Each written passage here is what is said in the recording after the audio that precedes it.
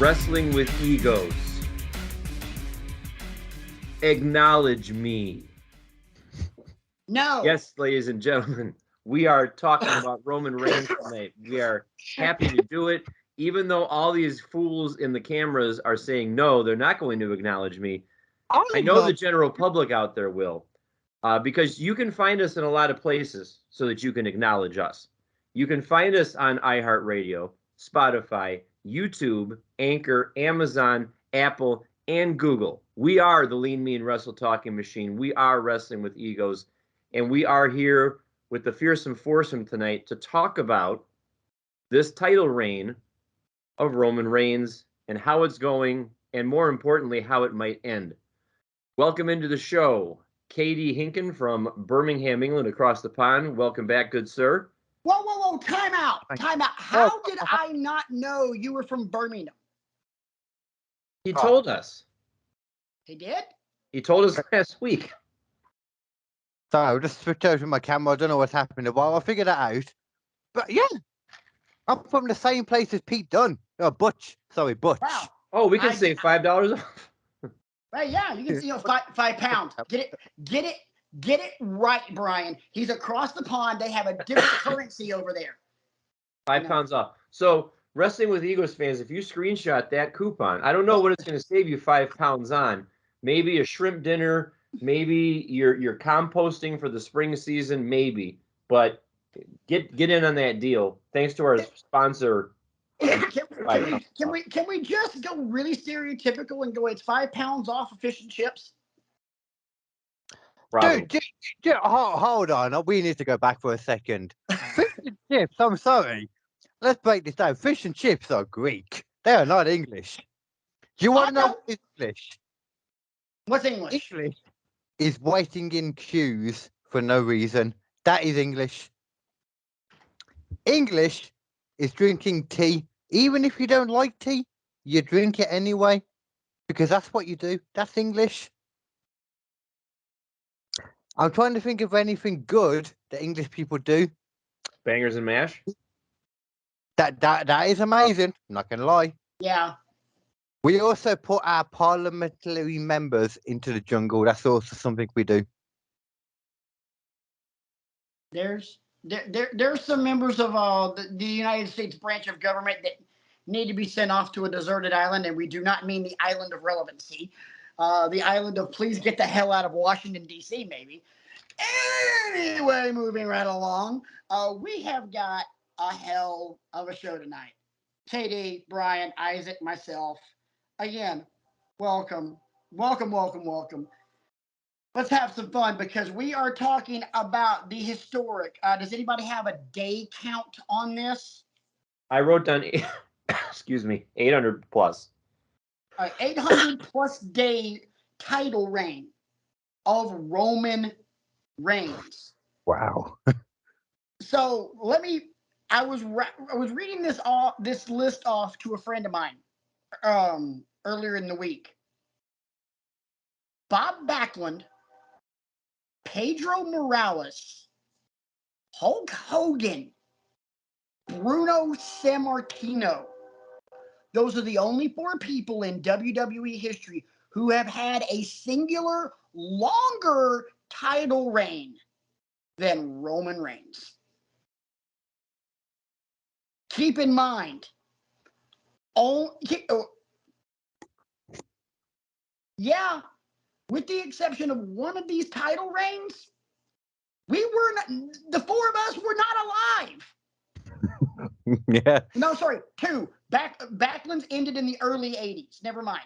Backlund's ended in the early 80s, and then Hogan after he beat the Sheik. I was not alive then. Okay. One out of 4 of us.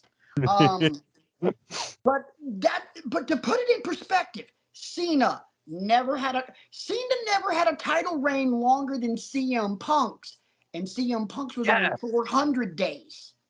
That's more to me. Like the fact that Cena didn't have it the longest before that's more surprising. Yeah.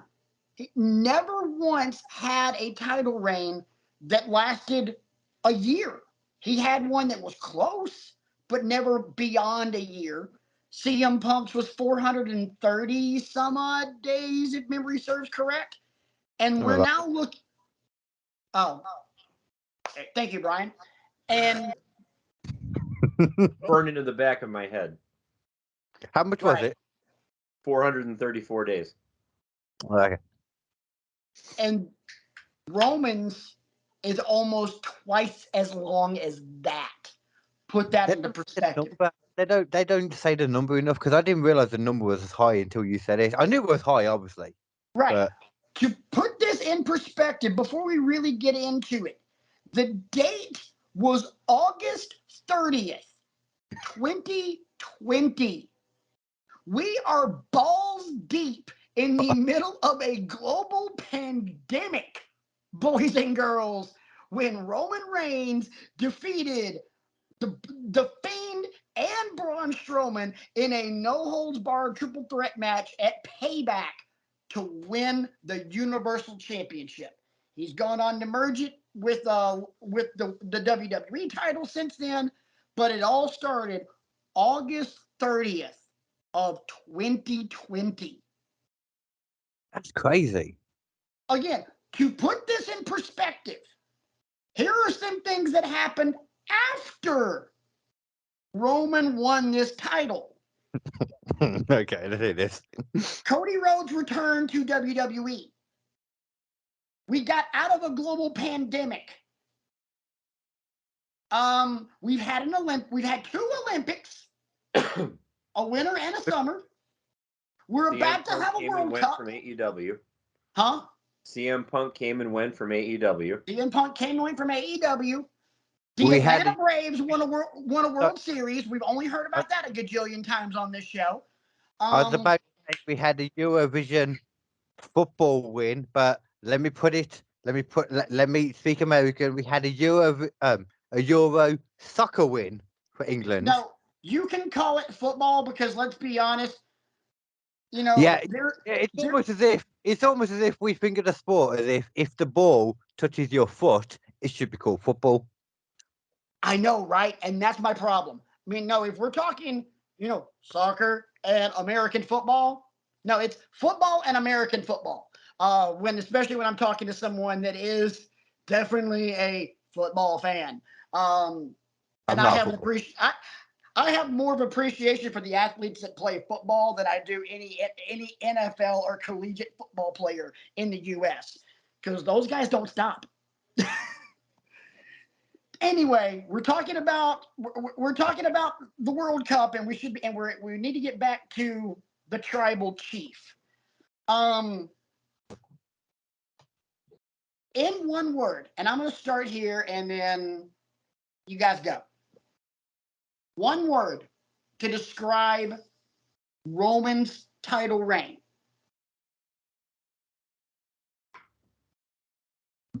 Staggering. Keep Brian getting a fucking pad right now. I had to think about it. Oh no, Brian's probably writing something down with his very nice penmanship and everything else because that's what Brian does.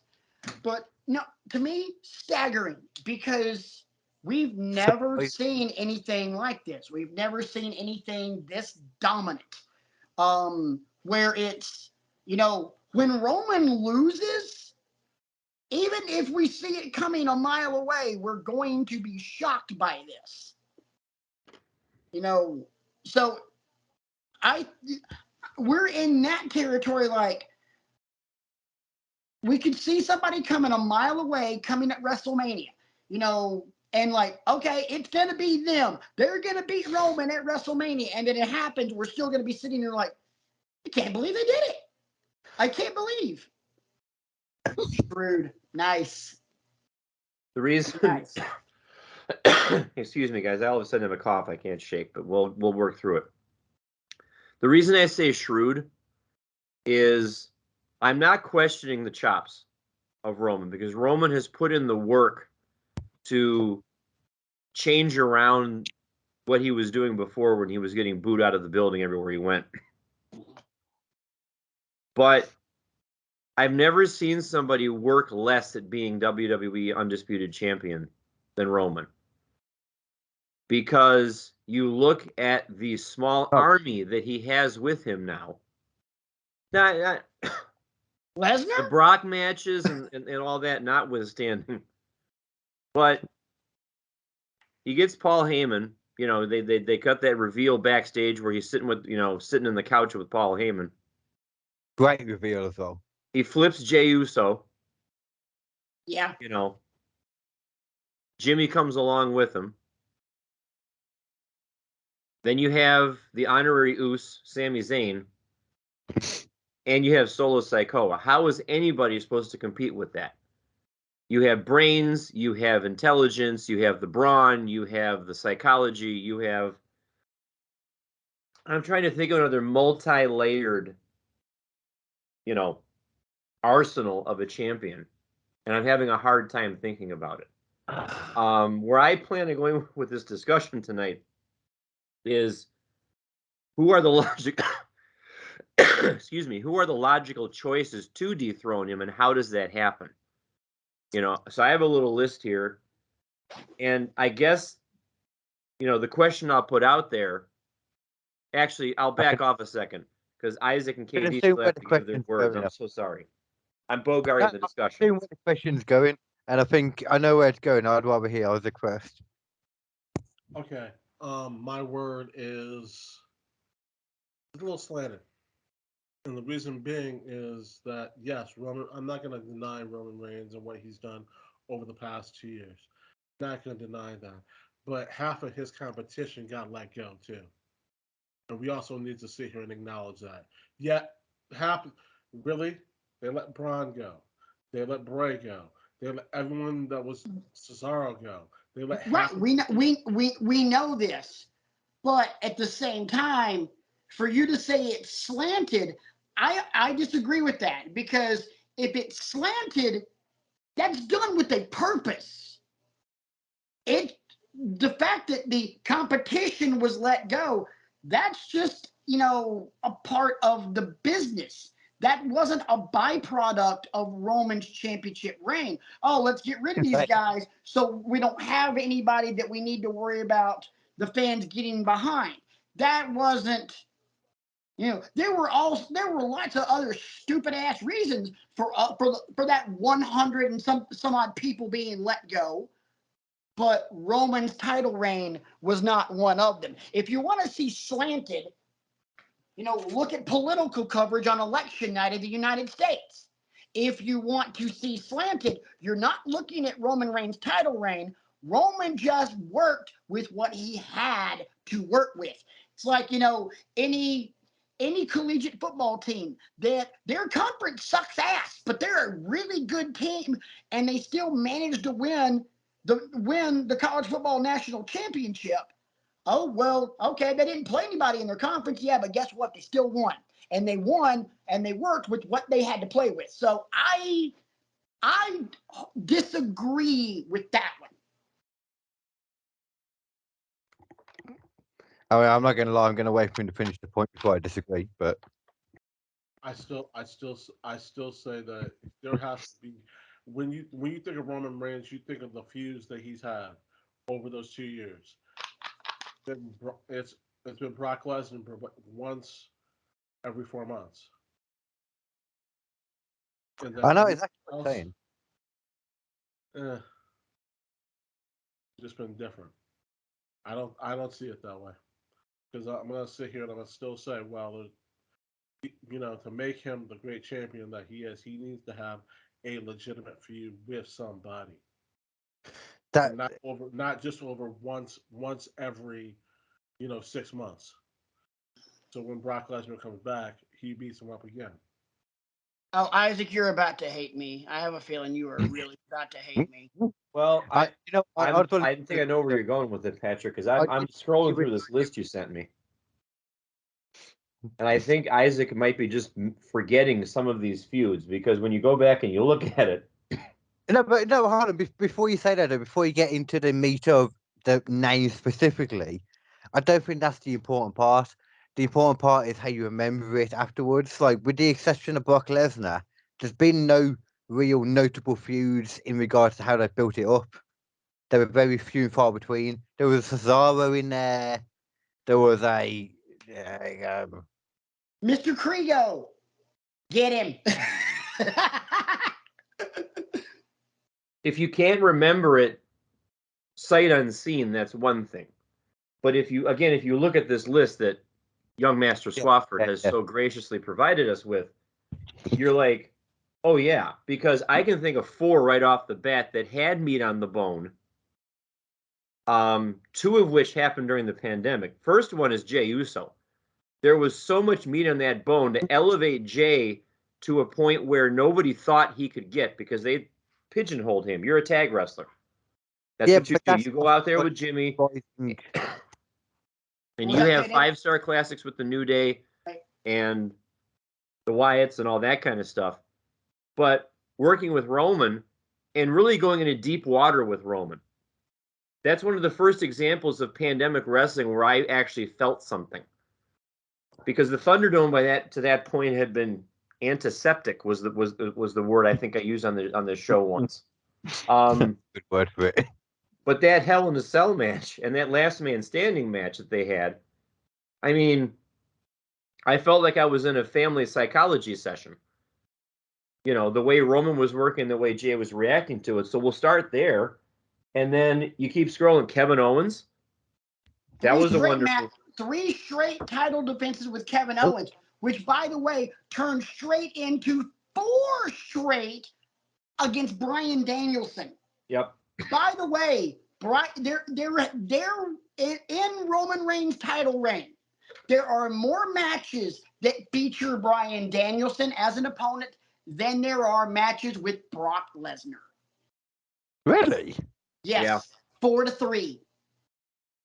Wow. There are 4 straight matches from February 22nd at the Elimination Chamber, March 21st at Fastlane, April 11th at WrestleMania, and then April 30th on SmackDown, which was Bryan Danielson's last match on SmackDown. So only one of them were in like a multi-man match then in the chamber. Only one of them, and that was at WrestleMania because it was Bryan Danielson, and Edge. Yeah. Well, that counts on its own, but the Elimination Chamber then. No, but, So yeah, I think what I'm doing here unwittingly. Much. I think what I'm doing here unwittingly is I'm kind of disagreeing with both Isaac and KD on this one because there's substantial feuds here, and the names we're rattling off are not C or D level talent. Right. I think what's happening here is. As we're going along. What was that, KD? I think I'm agreeing with guys more as we're going along. I'd forgotten about all the Daniel Bryan ones. Yeah. Here's something that I want to point out, and we hear it all the time when we're reading stuff on social media. The Mandela effect, where kind of you creatively rewrite history in your own mind because it just kind of gets warped. And I think that's what happens with Roman's title reign. Roman gets looked at, all he's ever done is face Brock Lesnar. And yeah, there have been 7 or 8 matches since Roman became a top guy around WrestleMania 31, 32, whenever it was, where it has been Roman and Brock. But now you're talking, instead of 2020, you're talking 2015, 2016. Not in the last 800 days.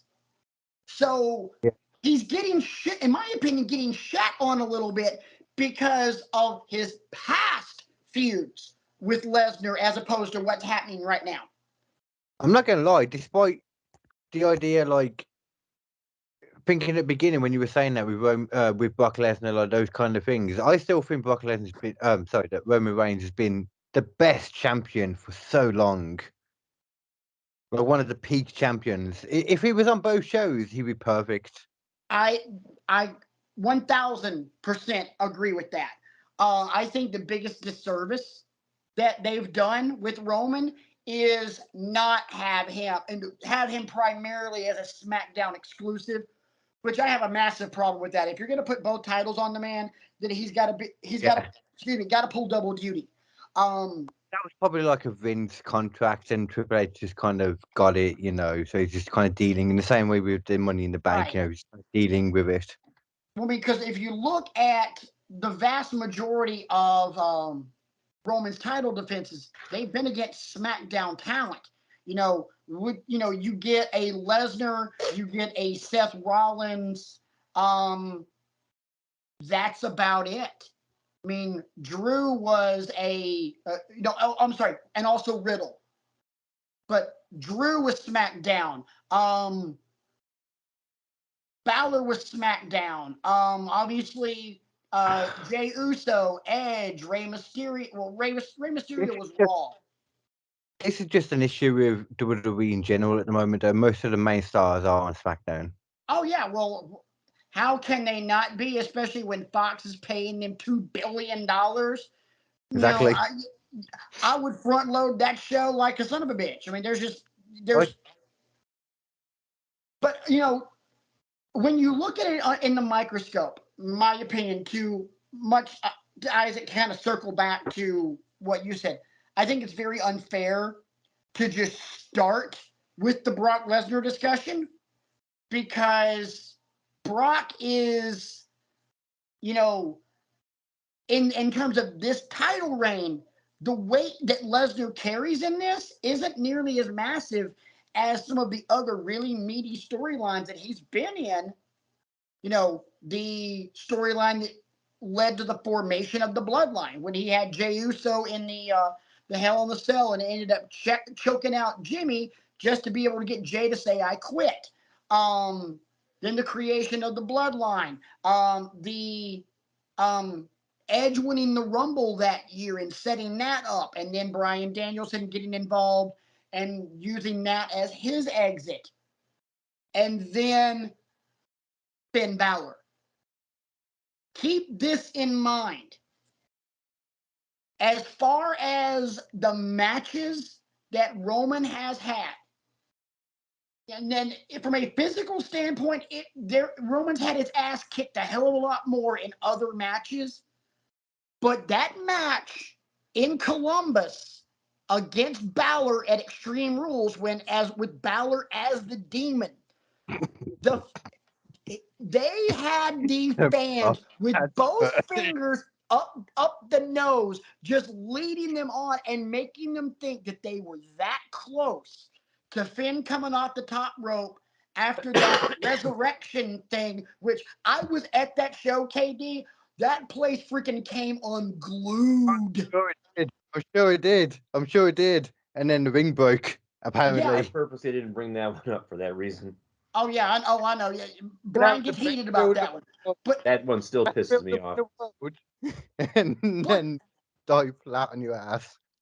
Right, but the fact that they had the audience right there, like, "Oh my God, it's gonna happen! It's gonna happen!" Shit, and that's literally what it was. You had the crowd on the edge of Mount Olympus, about ready to push them off, and then at the last second you pull them right back in and like, "Gotcha."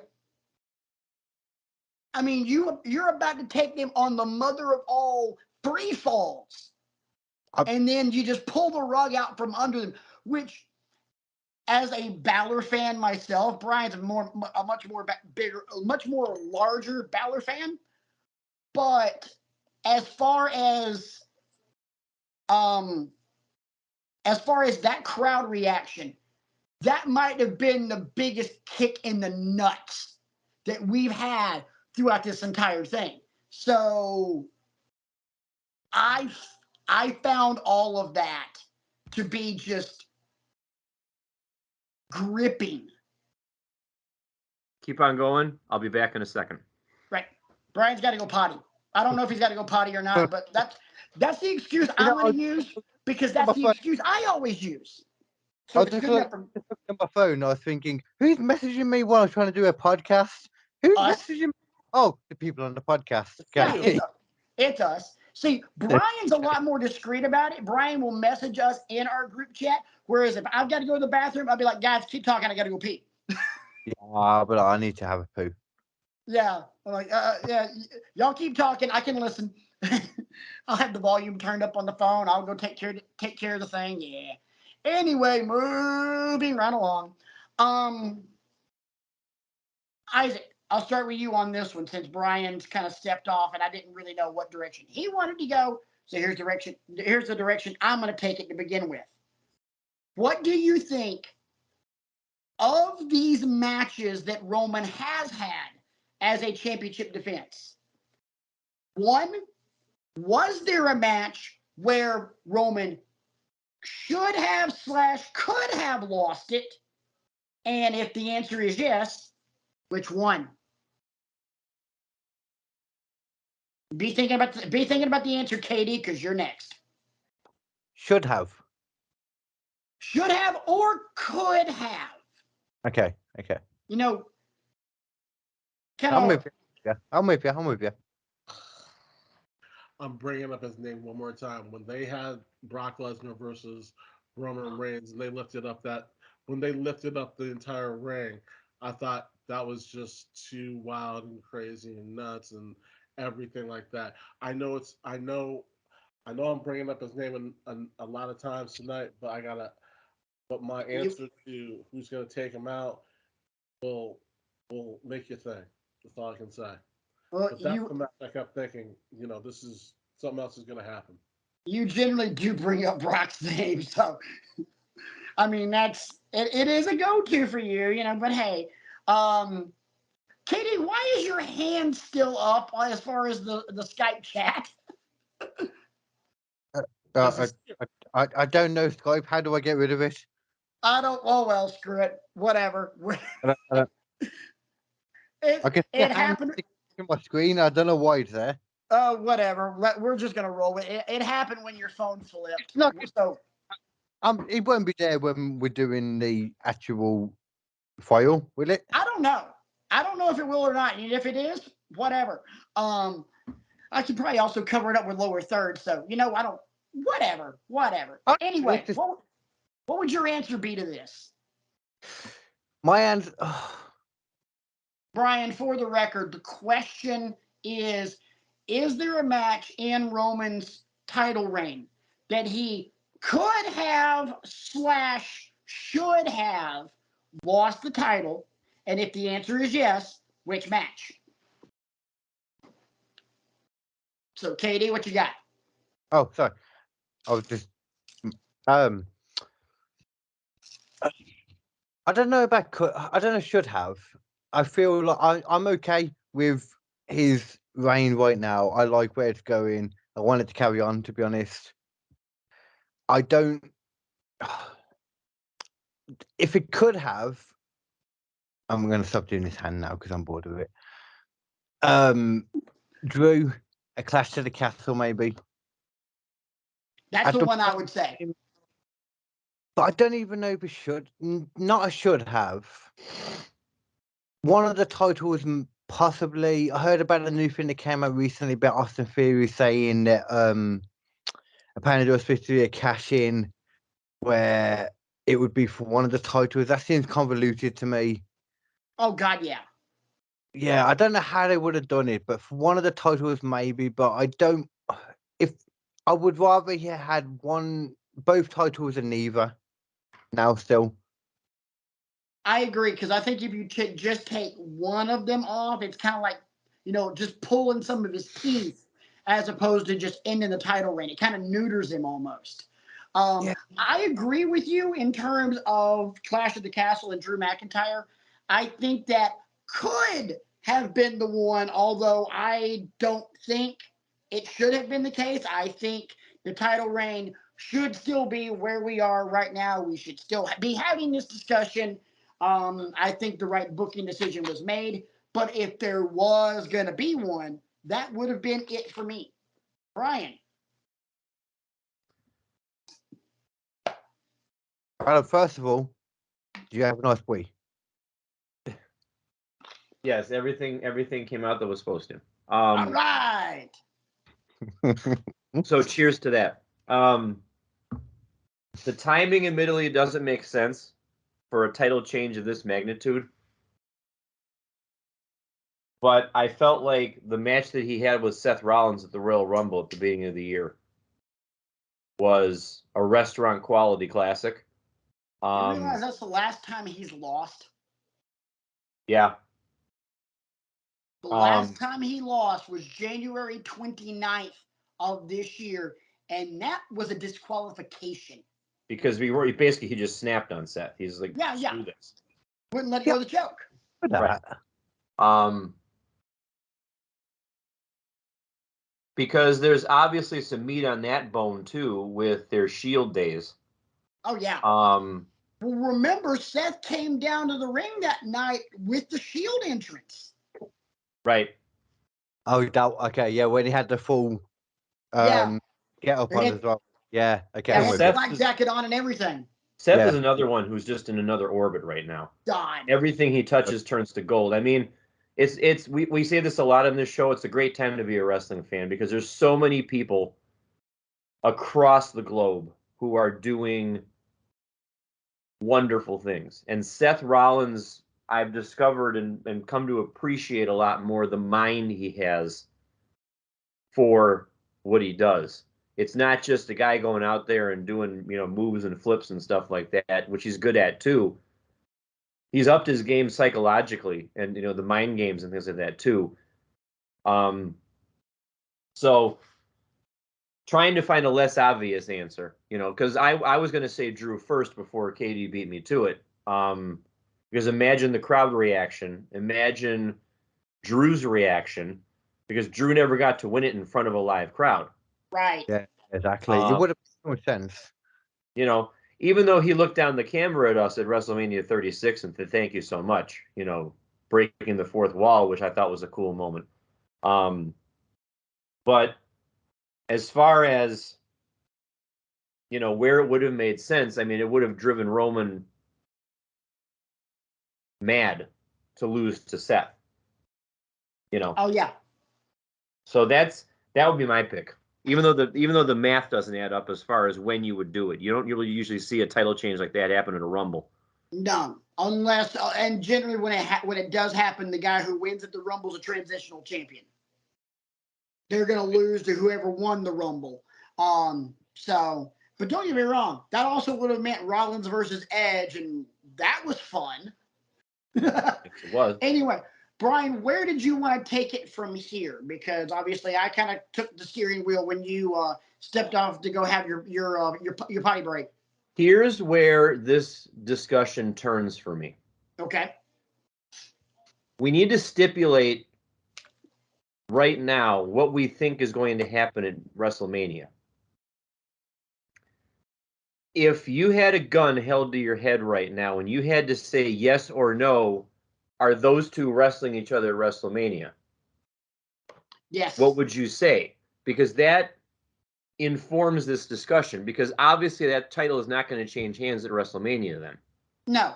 Obviously, if he wrestles The Rock, it's affirmation, coronation, cementing, I am the tribal chief, I am all the things I say I am.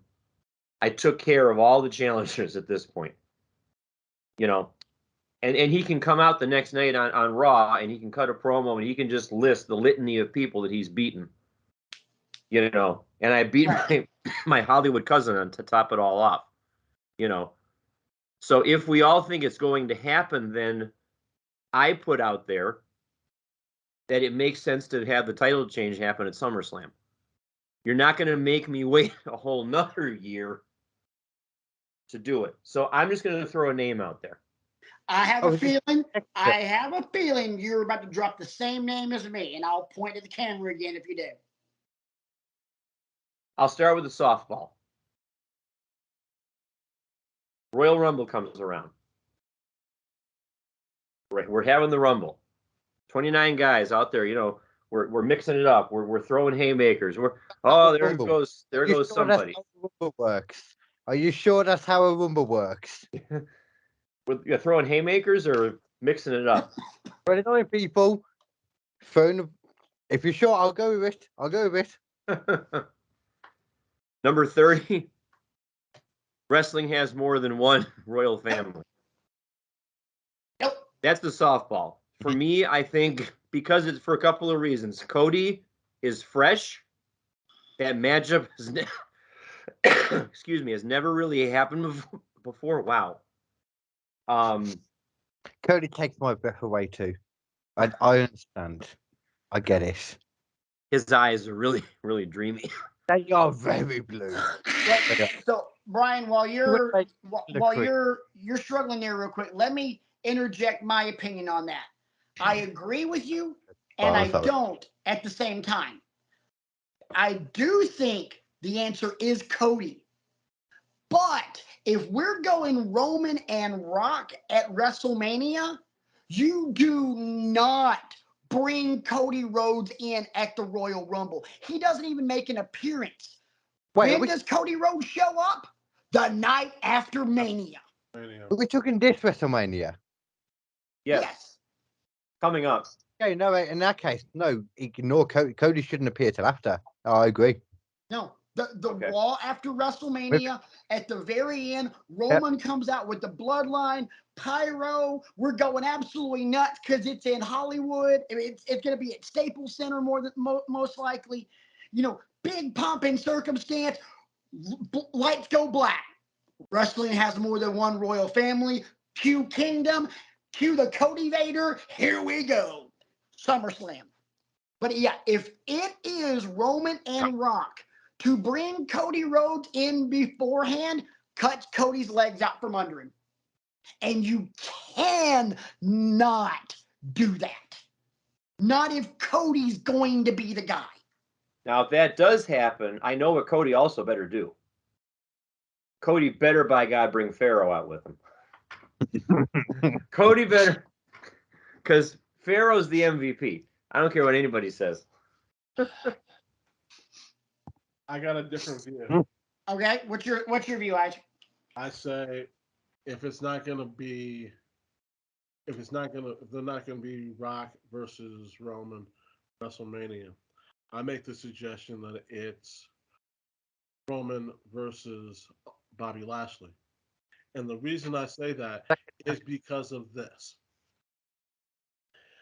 A couple weeks ago, Bobby Lashley made the statement. He said, I want to reform the Hurt Business.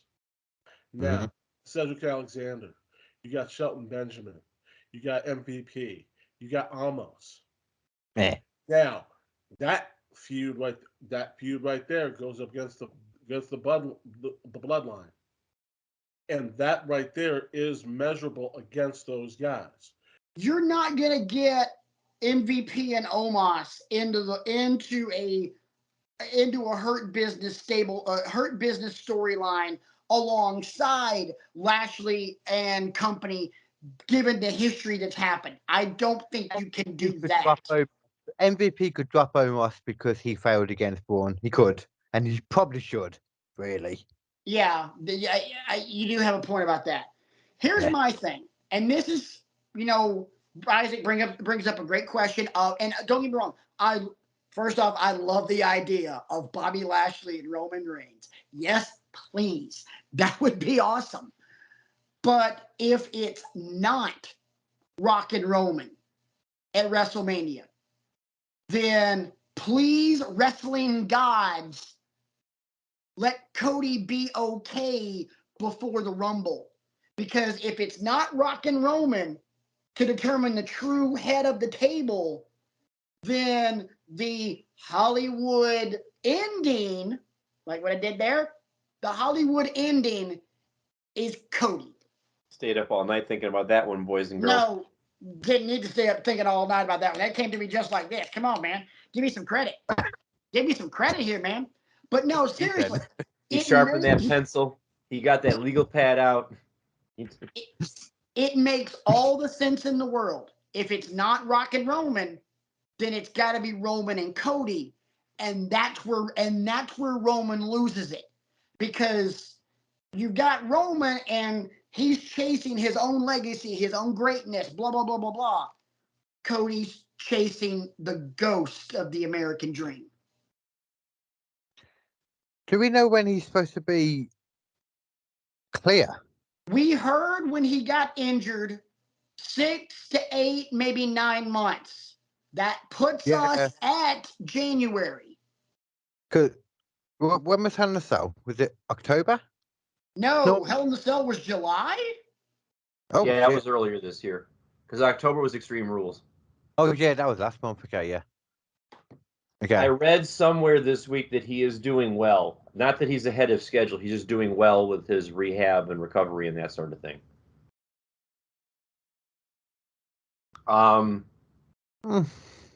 Well, I got another name.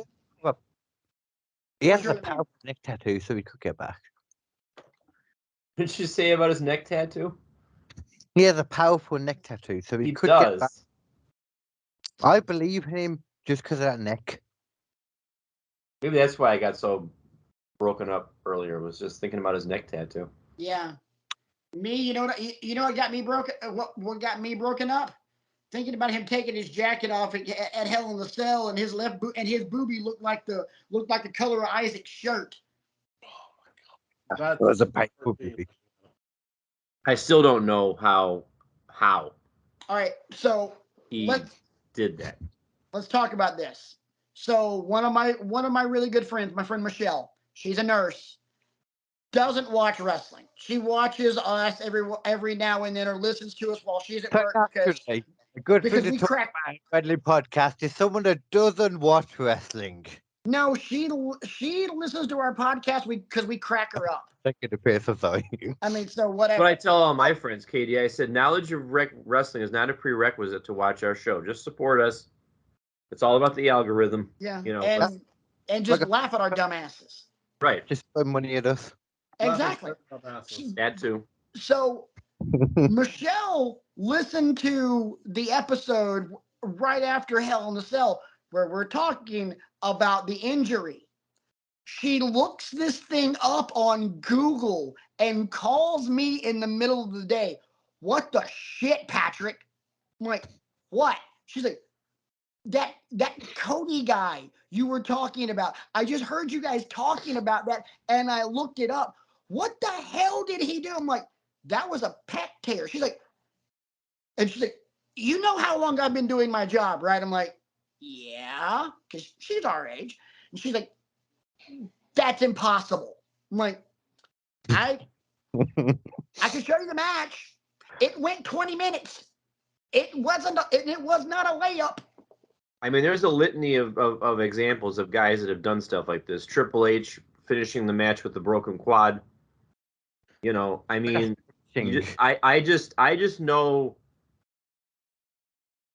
that I would not be cut out for something like that. I'd be like, I'm done. No. I'd roll over and look at the referee. I'm like, can you throw the X up, please? Can you, because, Bro, all right. The drug test as well. Definitely. Really? So here's my thing. So earlier today, I left for my my Friday morning sales meeting at the office, and it's Isaac and Brian both know because we had shitty weather all day long here in Ohio, but rained all day long from like 6 a.m. until probably about maybe 2 or 3 hours ago. Just constant, good, solid downpour. So I stop at a convenience store to get something to drink, get some caffeine to start my day. And as I'm walking past my car, I slip and I grab myself on the hood of my car and I strain something in like my upper bicep deltoid area. That hurt, and I strained it. I'm able to move my arm, although this right here does hurt, but this hurts. I can't imagine tearing here. Oh, hell no. Hell no. Hell. In the Hell words, to the no. I want my mommy. thank you. That's where I was going. Whitney Houston. Hell to the no. I completely fucking agree. Yeah, Fuck. I mean, yeah, F that. Well, do you want my next name? Yeah, yes. I'm supposed to try and not swear. Say what? I forgot to ask you this before. Am I supposed to try and not swear? Oh, fuck no. Okay, cool. That's We great. gave up on that a long time ago. Oh yeah, we tried. Wait, we all know it's not going to happen. Hey, we tried, and I even to the point where I tried to edit it by instead of beeping us, I had a little goat sound. So, and I got tired of chasing my own damn potty mouth. So I was like, all right, there's an explicit tag on all this. I'll just stick it there. To hell with it. I had the exact same thing. I understand. Yeah, it's kind of like the scene out of the baseball movie Major League. Post game brought to you by Christ. I can't find it. To hell with it. What's your other name, babe? Well, there's always the tale as old as time. If you got a faction like this, break it up from within. What if? Are you trying to insinuate that maybe maybe the championship match starts to feel a little Oosy? Oosy? Is it going to be a little bit oosy? Imagine the build to something like this, boys and girls. Let Uncle Brian tell you a little story about the honorary Oos. Go for it. Sami Zayn. And maybe he does it on his own. Maybe he just keeps trying to curry favor with all the different members. I love his interplay with Solo. I love his interplay with Jimmy. I love his interplay with Paul Heyman. I love the back and forth that he's got with Jay. And I love how Roman cracks up every time Sami tries to curry favor with him too. But what if Sami is playing the long game and he is positioning himself because he's getting more pops than anybody right now? Yeah. I mean, keep in mind, you've got some guys on the bloodline that are serious people. You know, They don't joke around, even though we've seen the Usos on Up, Up, Down, Down laughing their asses off all the damn time. Right. But I never thought in my entire life I would see one person crack up both Usos, Roman, and Heyman in one shot.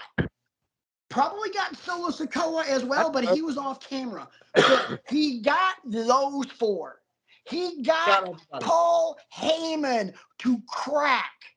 This isn't like getting Jimmy Fallon to crack up on SNL, which all you had to do was just by farting. He got Paul Heyman to crack on live TV. And maybe it's too much to ask for Sami to do it on his own. Maybe this is where you bring KO in. And Kevin Owens starts kind of like getting in Sami's ears saying something like, don't you have goals and aspirations? Aren't you the same guy that I used to fight tooth and nail to the bone, you know, all those years ago on the Indies and in NXT and so on and so forth? And that little voice in the head, the way Sami's trying to be the voice of reason for the bloodline half the time, Sami starts realizing, why not me? And he starts picking people off one by one until at SummerSlam, this seems to be the point when we're doing all this, if we assume that Rock and Roman is happening at Mania. All of a sudden, Sami's positioned himself either, I don't know, if they're still doing Money in the Bank, he wins that, or, you know, Roman gets so pissed that he says, okay, we're going to have a fatal 4-way bloodline match. And the winner of the match faces me at SummerSlam or something like that. I just trying to think of different ways to get there. I got another one for you. What if it were accidental? What if Sami just happens to end up more like the innocent bystander and gets caught in the crossfire between Jay and Roman and Jimmy, and he's kind of, with all of his relationships that he's got in the bloodline, he finds himself stuck in the middle, and because of that, he's the odd man out. They beat him down.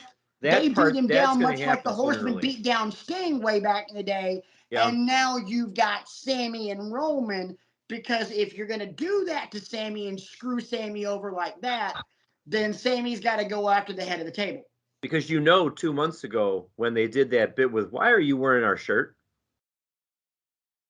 I thought that's when, and Jay goes, said, take the shirt off, and he rips it off of him, and Sammy looked like he was about to cry. He looked like somebody took his puppy away from him. Right. And then Roman tosses him the honorary Uce shirt, and Jay, lost his marbles.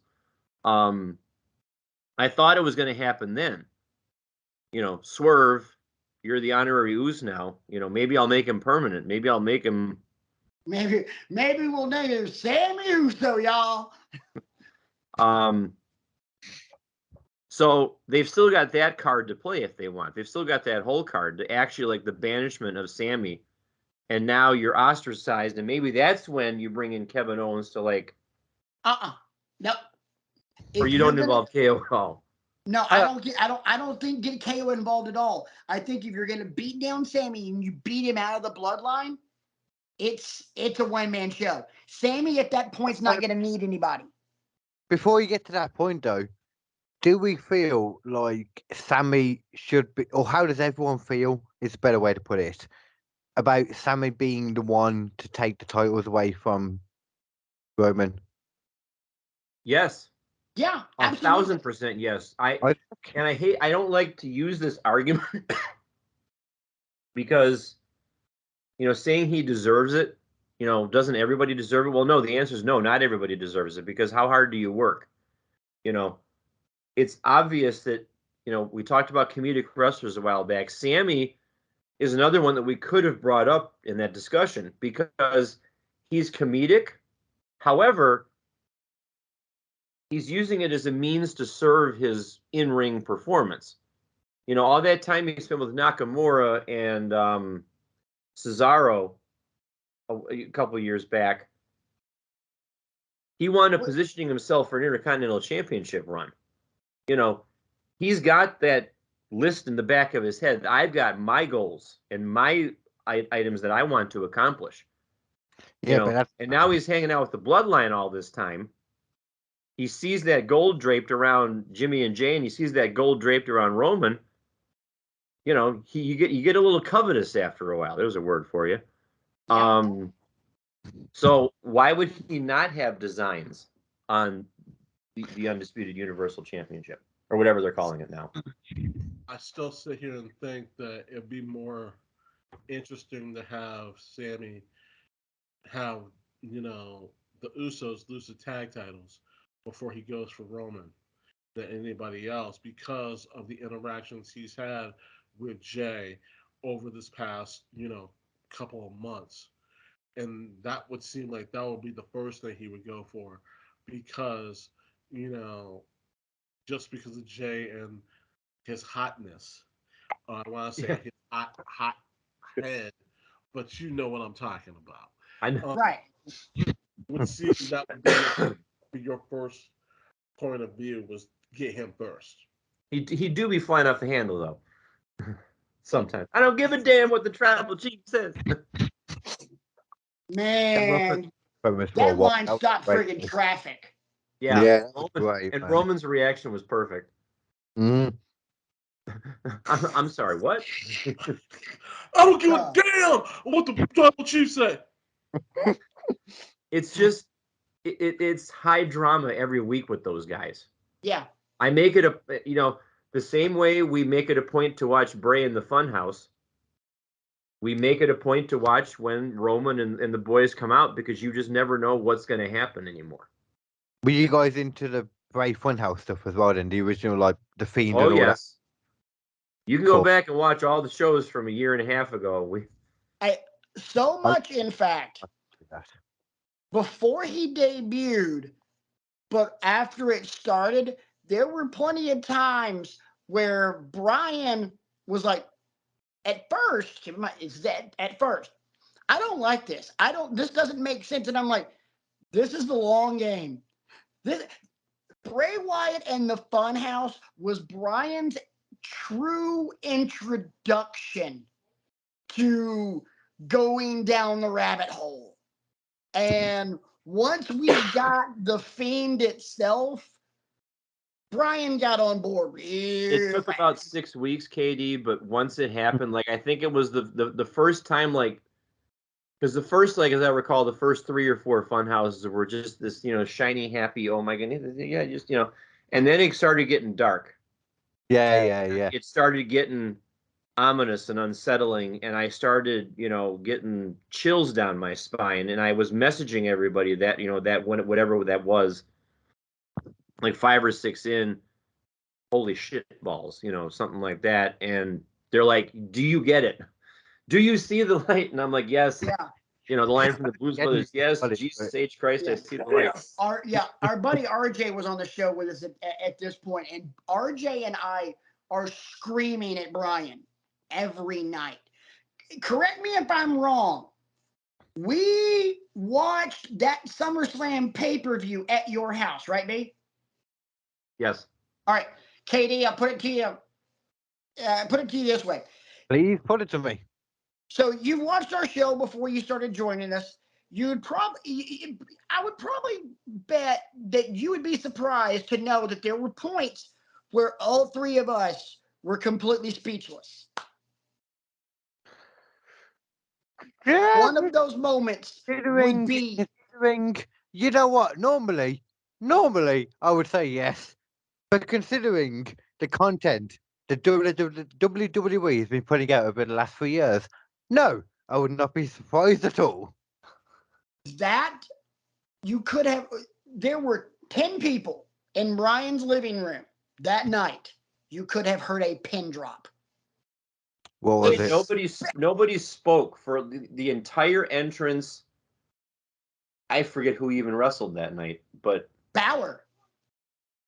Yeah, that's right. It was, and it was a squash.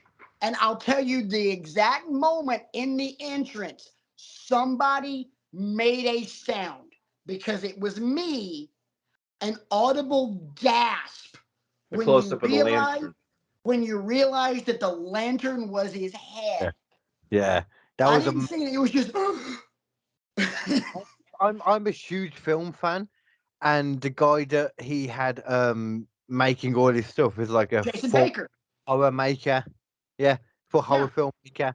And the stuff he made was amazing. Yeah. It looks amazing. It's the guy that made that mask, and the one that he's using right now is Jason Baker, who is a disciple of Thomas Savini, who created Jason Voorhees, who created Freddy Krueger.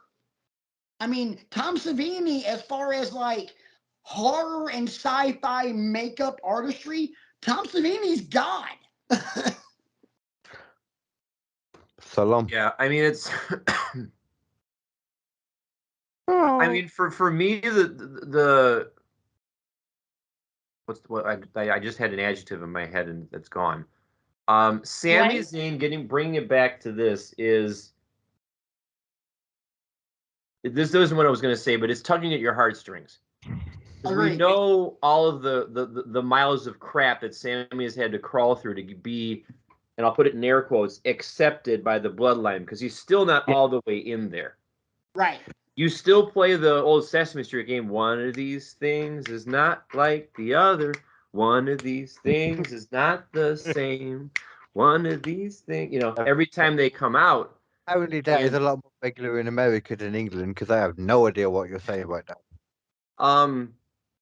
Children's television, KD. Children's television. I think on some levels, what did you say, Isaac? It's embedded in our brains, literally. And I think on some levels I identify with this because I may or may not have been guilty of trying to do the same things to curry favor with people that I wanted to be friends with as a child and as a teenager and even as a young adult. Like, and not anything illicit or illegal or anything like that. But you know how it is when you're a kid. You try so hard. Like, these are the people I want to be friends with. They don't want to be friends with you because you're not the cool kid, and you get ostracized. You get made fun of. I see some of myself in Sami. He's trying so hard to like hang out with the cool kids, and he's got the handshake with Jimmy, and he's giving Solo Sikoa a tap and stuff like that. And you just know Yeah. that this apple cart is going to tip over at some point. And when it does tip over, it's going to be ugly and sudden. And there's your impetus. That's the same with every side as well. Like some of those apple carts could take a long time to tip over. Some of them could tip over that way. It's kind of how it goes every time. It's always that kind of period where you're balancing along that ridge, and sometimes it can take a while. Sometimes it can take like a couple of days. It's always the same thing. So yeah, it works. Exactly. So I mean, it's a ticking time bomb. That's why I give this whole title reign an A+, because they felt, okay, it's getting stale. We need to invigorate it with some more juice. So you bring Jay and Jimmy in. We need to invigorate it with some more juice. So you bring Sammy in, and you have Sammy start interacting with these people. And it needs some more juice, so we bring Solo in. It's keeping it fresh. But sorry, I don't mean to cut you off, but at the same time, though, going on to what you were saying, though, like even after that, when you had the things that you were putting in, and that's what we were doing, and then Triple H realizing that Sammy's getting over more, and it's making it last longer. So it's quite nice where we're at a point now in WWE where we have someone running the ship, quote unquote, that can actually look at the way the fans are reacting rather than how they think it should be going. Do you know what I mean? Yeah, it's no longer an audience of one, which we've said on this show quite a bit too. And even if it is an audience of one, the audience of one now actually gets it, as opposed to I just want to see what I want to see. Right. So we're kind of running it. We're running it about the hour mark of the episode. So let me pose this one to you, Brian. Was there any other points you wanted to make, or can I? No, I was going to ask if anybody has any other names, because I've been throwing the names out, and you guys might have one that I've not considered, or you might want to throw out one just for grins and chuckles and ha ha ha, that kind of thing. But no, because honestly, nobody else makes sense. Lashley, well, actually, one more, but we don't know if he'll ever be back, and that would be Big E. Oh, I thought you were going to say someone else then. So what? I thought you were saying someone else. I'll get to that after, but carry on what you were saying about Big E. But Big E, I think, might be the only other viable option. But again, we don't know if he'll ever be back. So for me, I think is a main event star. I'm sorry, I don't understand what people think it. I've never understood this. Never understood what? Why Big E is a main event star. I've really? never understood why. Yeah. Never understood it. Why? Athleticism. He can cut a promo. He's got stamina. He has paid his dues as a tag team wrestler for the longest time. I mean, there's a lot of gold to mine there, in my opinion. Sorry, go ahead. I agree with that. No, I want you to go because you're the one that does not agree with the three of us on this. So, and I'll happily go. No, feel free, because this is a different opinion that we've ever had on the show. So I want to hear this. I want the reactions because I'm good at bouncing off as well, though. Okay, so I don't understand. First of all, I don't understand how anything Big E has ever done can constitute being a champion. I don't think I don't think any of the stuff he's done before. I don't know why he's been a world champion. I don't get it. I'm not discrediting that. I understand your point of view in that. It's not something that I subscribe to, but I can respect the fact that. Why wouldn't you subscribe to it? I would subscribe to it because I find the humor that Big E interjects to be endearing and Same. can draw people in. But when Big E flips that switch from going and he goes from being the big lovable goofball in the New Day to I'm a 285-pound powerlifting badass, when he makes that switch, it's scary. Do you remember a time when he did that in the New Day? Yeah. With the Usos. He did it with Yeah. the Usos on the regular. When That was a tag team thing, you know. Sorry, my bad. but He still got to do it. yeah, he's still Yeah, but that's in a tag team kind of scenario. In that situation, you have the big guy and you have the lighter guy. That's a double thing. It's different. See, I'll disagree for the simple fact of Just a big guy in a tag team doesn't mean that that guy is then going to be a world heavyweight champion. He was a great IC champ. He first off, as far as the New Day is concerned, he wasn't the first of them to be a world champion. It was Kofi. I think for Big E, the fact that Big E can go in a manner of speaking, almost kind of like Jekyll and Hyde, how he can go from, I'm this big, massive son of a bitch that can do splits and gyrate my hips like I'm ravishing Rick Rude, and then go from Don't that. hurt him, Isaac. Don't hurt him. And go from that to those promos that he was cutting on Apollo right after Apollo turned heel with the Nigerian Prince gimmick and was like, now I got to end you. I'm like, yeah, but Apollo was shit. Doesn't matter. I'm talking about the fact of Big E hitting that switch and going from this to this, just like that. I never felt that. Okay. Never felt that. I've never looked at Big E and thought anything other than he was in the New Day. Maybe you should go back and rewatch the feud. And check back with us in a couple of weeks. Whoa. Stop forgetting this is a TV show, my friend. If the TV show cannot make me feel a certain way, then that is the TV show's fault. I will completely agree with a distinguished gentleman from across the pond on this one. Imagine that. The guy from Birmingham, England, and the guy from an hour away from Birmingham, Alabama, actually are in agreement here. But we agree on that. KD, this is now the first time in your history on the show with us that I get to say a phrase that I've said to these guys 1.5 million times. We will agree to disagree.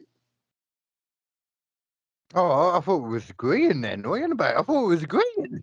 No, we will agree to disagree on that because I respect your opinion on that, and I can see how someone could see that and feel that way about Big E. That's just not me. I like Big E. Don't get me wrong. I really like Big E. I like some of the stuff he does. I've never looked at him, never in my life, and thought world champion. That's never come into my frame of mind ever.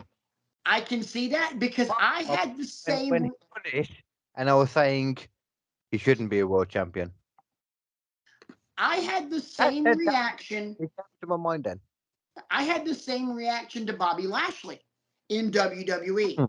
I never thought Lashley should have been WWE champion until he was. And then we saw what the Hurt Business was. And like, okay, this kind of makes sense, even though I think the name The Hurt Business is absolutely stupid.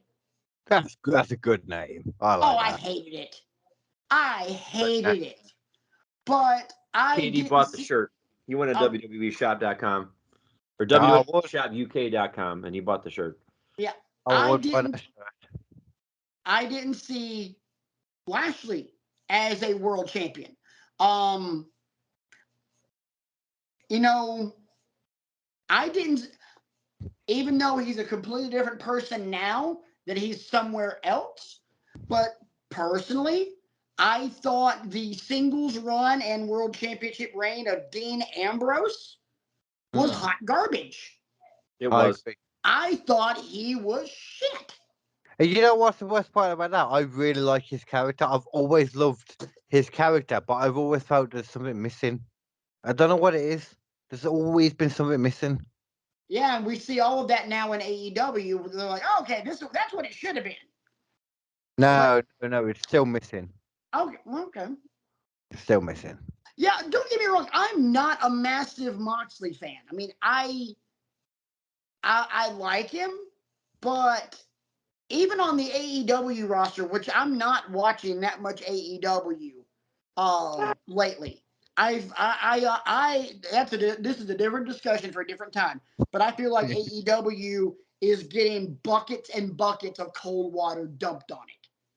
But it's important to think about it like from the world champion point of view, because when thinking about who can take over the world champion of WWE, you have to think about AEW, because that's kind of, it's the same. Do you know what I mean? It's like you have to think about both now, because it's, Right. I know that WWE might not see it on the same level, but all the fans see it as the same thing. My only difference is with WWE, we don't really have any definitive answer. I mean, that's why we're having this discussion. Who could be the guy to take the title off of Roman? And we're having a lot of coulds, but no, this guy will be the one, because we don't know. Let's be honest. If we're really looking at the AEW World Championship picture, Moxley is about to lose the world title to MJF. Yeah, because I am a generational talent. And it won't even be because of MJF. MJF will not be the reason that MJF beats Moxley for the title. He will. Nuh-uh. No, it won't. Why? It'll be Regal. No. I disagree. Regal, I'm calling it now. Regal is going to intentionally blast Moxley with the brass knucks. No. MJF has been making a point over the last, like, however many weeks. He won't use a ring. And he won't. He won't. He'll use the brass knucks. I think Regal will do it for him. Hmm. I think Regal turns heel and abandons the Combat Club. Interesting. I'll be happy. Boy. I'm calling it now. Patrick's Thank you. prediction Thank you all guaranteed to for go wrong. acknowledging me. So I really appreciated Moxley. Like Ambrose, I really liked him in WWE too. But I hated him in WWE. yeah, there was something missing, and I thought when he got to AEW, he'd find it, and it's still missing. So I now feel the same way as I did when he was in WWE and he had the fucking what was it? The plant, Mick. Oh God, Mitch. that was god awful. I mean, that was god. Should have worked awful. on paper. But it No, hell, it should not have worked on paper. Mitch was the plant's name. Yeah. We don't want Mitch's representation to call us during the week and say, that you didn't say his name right. You know what? Mitch can kiss the darkest parts of my southern ass. Well, on that note, boys and girls out there in wrestling, and we want to thank you Good night, for everybody. acknowledging us with the like and the subscribe and the share. You can email the show, wrestlingwithegos@gmail.com. You can tweet the show, WrestlingXEgos. Tell us your thoughts on Roman. You know, who do you think should be the one to ultimately take the championships off of him? Because we love that interaction. Gentlemen, any final thoughts on your tribal chief before we depart off into the night? Let's see if anybody follows me on this one. Let's all say goodbye with a big dating game kiss. Mwah! What was that then? It was an old game show, but it was referenced in Beverly Hills Cop Part Is it 2. American? Is it American? Very much so. Yes. Get I used to it, bro. Eddie Murphy I- reference I- again. Used to it. Do the American again. I'm going to go American with you. Do it again. You know, Do it. Mwah! Yeah, No, see? I think I think we've kind of said it all. I I'm was really talking looking about forward. I felt very American. Well, don't Changing lives here on Wrestling with Egos, boys and No. girls. no. We don't need to change lives. We don't need to ruin things for KD by bringing him over onto this side of the pond. He's probably better off in the UK. My You man, don't want smoke. worry. Don't you worry. Oh shit. Oh no. Okay. Don't you Hold on to something, boys and girls. something fell over. I am not going to ruin my life by coming over to that side of the pond. That ain't gonna happen. Good call. Good call. Smart man. Good call.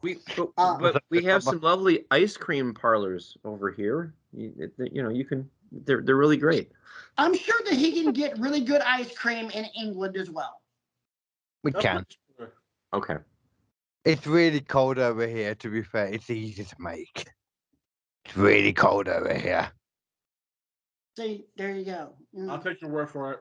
Rabbit holes like this, boys and girls, are why we love professional wrestling so much. So thank you very much for joining us. Be sure to like, subscribe, and share on all of your podcast platforms that we mentioned at the top of the show: YouTube, Amazon, Anchor, Apple, iHeartRadio, Google, Spotify. This right here has been Wrestling with Egos. And Hey, this, B, oh, B. yes. Are you pointing? I got a suggestion for next week. Okay. You and I have been talking about something for quite a while, and I think it's time we did it. Are you guys finally going to come out? Is this finally going to happen?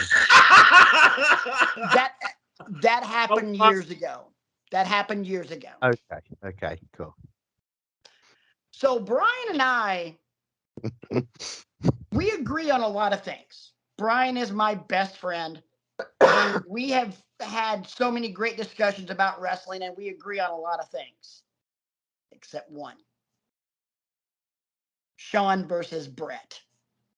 And it's an argument that we've never really had because we've both decided when we have this argument, it's going to get ugly. That sounds good for a podcast straight away. Well, that's the Very, very good. B. These guys can join us if they want, but me and you. Next week, we go argue. I feel strongly about my opinion on that side as well, though. I want to know how you both feel about it.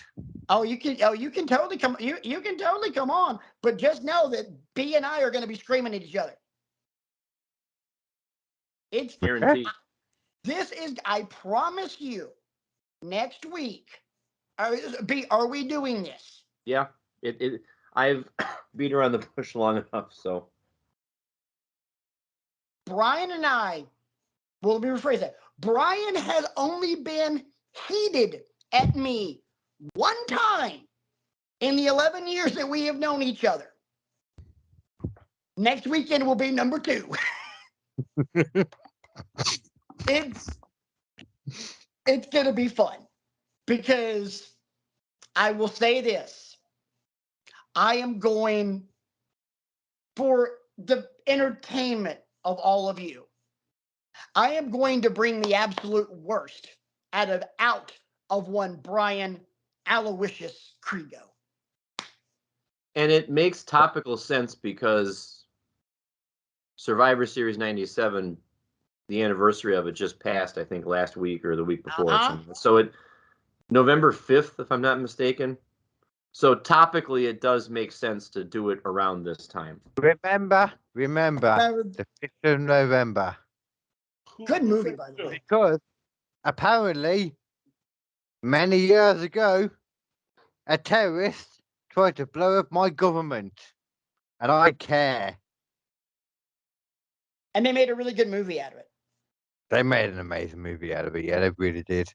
V for Vendetta was freaking I sweet. care a lot more about the movie than the actual murder. That Fox Day, yeah. So tune in, boys and girls, next week when it's not, Are the less murders? it's not Brian versus the ego that ate Manhattan. It's Brian and Patrick. We're gonna argue. No egos involved. It's gonna be wrestling with two best friends who may not like each other after next weekend. Yeah. You just have to tune in and find out. Yep. It's opinions about Shawn Michael and Bret Hart, and it's definitely not opinions that two people will argue about. That would never happen. Never. Except it's gonna. It's gonna. It's about to get heavy, boys and girls. So with that, we will leave you. KD, Isaac, any final thoughts? Look at KD Comedy Inc. to figure out the stuff. If you're in England, I'm going to do my plugs. I'm just going to do it anyway. Let's go. KD Comedy Inc. Grab them if you're in England. If you're not, then grab them anyway. And you want to follow and pretend you're in England, do that. That's fine too. Do that too. But if you're in England, KD Comedy Inc. and find out where I'm doing shit. Yeah, because if you think you I forgot I'm a comedian and I'll do stuff on stage in front of people. I forgot that part. Yeah. Well, yeah, but because if you think he's funny here, just wait until you see him on stage. You'll laugh your asses off. You will laugh so hard that you will not have a chance to get up like Brian did and go take a wee. You'll probably wee your pants. That's because in England, drugs are available everywhere. So by the time you have a point to get to where you're falling down on your chair laughing, you'll just be really, really high. And that works too. That works too. What have we done? Marijuana is legal everywhere in America. What am I talking about? I just work here, and all I know is I'm watching Brian get uncomfortable with this, and I'm like, this is funny. Somebody else on this show is making Brian. No, somebody else on this show is making Brian squirm, and it's not me. And this is just glorious to watch. I have learned this even just from the episode I did last time. I enjoy making people squirm, and I noticed that. And Brian, God love him, is very easy to put in that position. Yeah, you say that, but anyone in England is easy as well because we have shit rules. Oh yeah, it's not even legal over here. So wait, watch this, just completely unprompted. Watch this. Are you ready? I don't know. Constipated orgasm. It's fun if you have a bag. Shenaniganery. Even better if you have anything attached to your bum. Okay, thanks so much for watching Wrestling with Egos. This is why we love professional wrestling. Yay! That hurt. Wait, carry on. Okay. Oh my God.